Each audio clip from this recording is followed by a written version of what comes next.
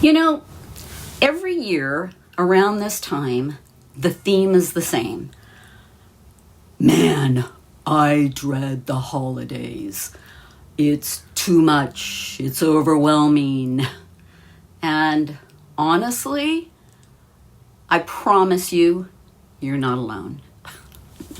Hi friends, I'm Ruth, and welcome back to Rambling Ruth, where we talk about life, family, and whatever holiday-induced nonsense that's been living rent-free in my head this week, which has been a lot. You know, everyone and their mother is posting a YouTube video about surviving the holidays. So I'm jumping on the bandwagon.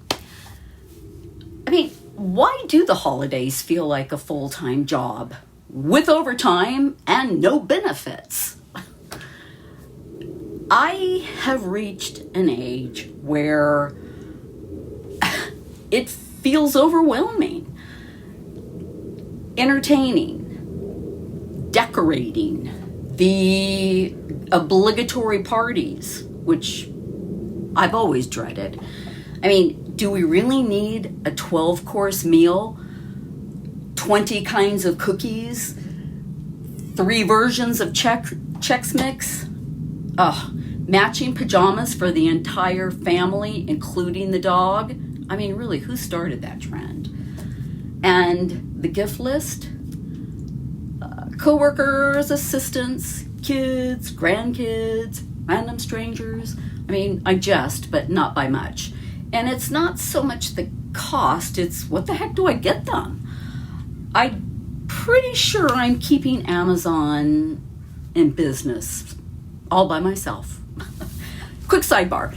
Back in the day, I mean, doesn't every old person you know start a story like that? Anyway, I delivered newspapers, and while not the most fun job, it paid the bills. And at Christmas, my customers would leave me gifts, food, cash. It was an unexpected and very pleasant surprise. And I wonder, I mean, is that still a thing? I mean, a gift for the mailman, the garbage man? I mean, no one gets a newspaper delivered anymore, right? At least I don't think so. I mean, doesn't everybody get their news online? Anyway, I'm going to overgeneralize a little here, maybe a lot, because I'm a woman, and this is my female perspective. I've always felt that women carry most, if not all, of the holiday energy. We're the engine. We're the labor. We're the glue. And everyone knows it. I mean, it's, excuse me, it's become so normalized that we rarely, if ever, question it. There's a quote by Penny Reed that says, "Stop setting yourself on fire to keep other people warm." Can you relate? I know I can. Women have been doing exactly that at the holidays for generations. We want perfection. We want memories. I mean, good ones, hopefully. We want the magic. We want to make it perfect for everybody. Meanwhile, we're sitting in our cars sobbing because it's all too much. We can't do it all. And why do we keep participating in a ritual that is literally designed to separate us from our money? I mean, once you see the commercialism for what it is, a trap, you can't unsee it. I mean, we spend money we don't have on things nobody asked for and maybe don't even want. Holiday cheer becomes this thin veneer stretched out over burnout, debt, guilt, and obligation. I mean, this conversation resurfaces every single year. And every single year, the majority of us buy right back into it. I mean, I was a single parent, and when my kids were little, I did everything. I crafted and sold things to pay for Christmas because Santa's pricey, people. I made gifts for my parents, grandparents, in-laws, or outlaws, depending on the year. I mean, don't get between me and my glue gun. And while people appreciated the thought, I eventually learned just because I love crafting doesn't mean they love receiving it. You know, you can't force someone to cherish something that isn't their taste.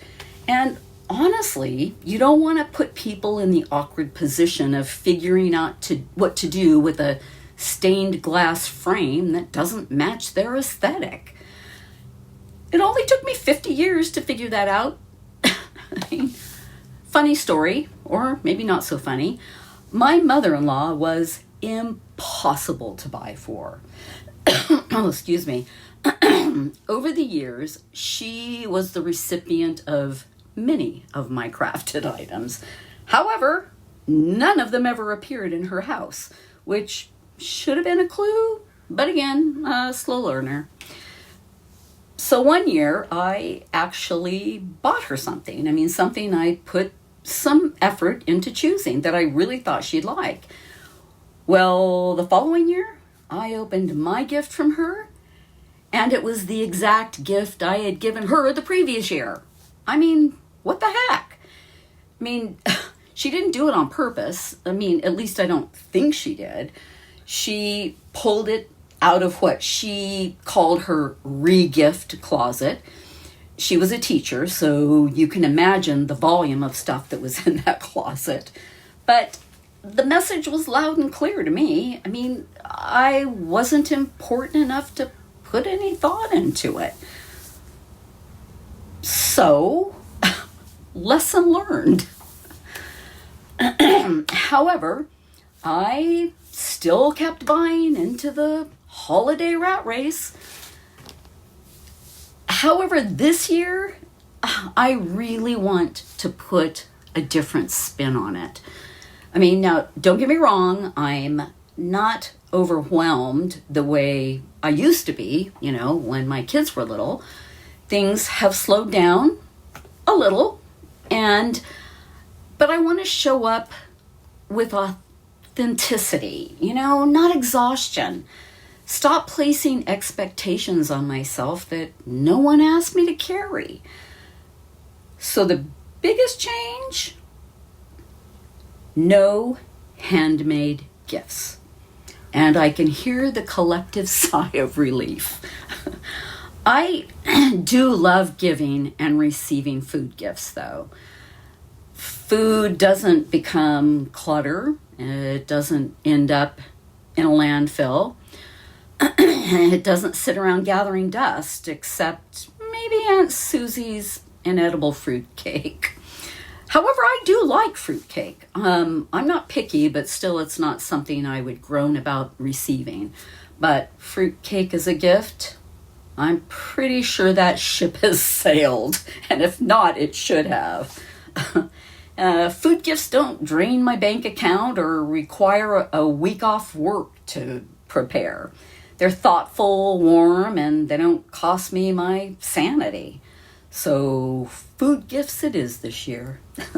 I'll make my traditional favorites, you know, Chex Mix, fudge, candied pecans, spritz cookies, and maybe even a banana bread or two. If you don't bake, that might seem like a lot, but for me, it's tradition. And people actually enjoy those gifts. I mean, at least I think so. And I'm putting my daughter to work the minute she steps off that plane. Right? This year, I want peace and quiet. I want genuine time with the people I love. I want health that isn't sabotaged by stress. I want to stop carrying the burden of proving anything to anyone. So if I craft, it'll be for me. Maybe I'll build a Lego set or two. I mean, who would have guessed I'd discover a love of Lego at my age, right? Maybe make a few bag and purse charms. do some puzzling, watch Christmas movie classics. I mean, that is if I can find any. Most streaming services only offer the crappy modern ones for free. I mean, what the heck? Anyway, I might not wrap a single present. Maybe take some long walks. The local nursery's holiday light show is a for sure thing. Maybe afternoon tea. Something my oldest grandson actually said he was excited for. I mean, go figure, right? I'm choosing slow. I'm choosing simple. I'm choosing joy over performance. Presence over perfection. And authenticity over expectation.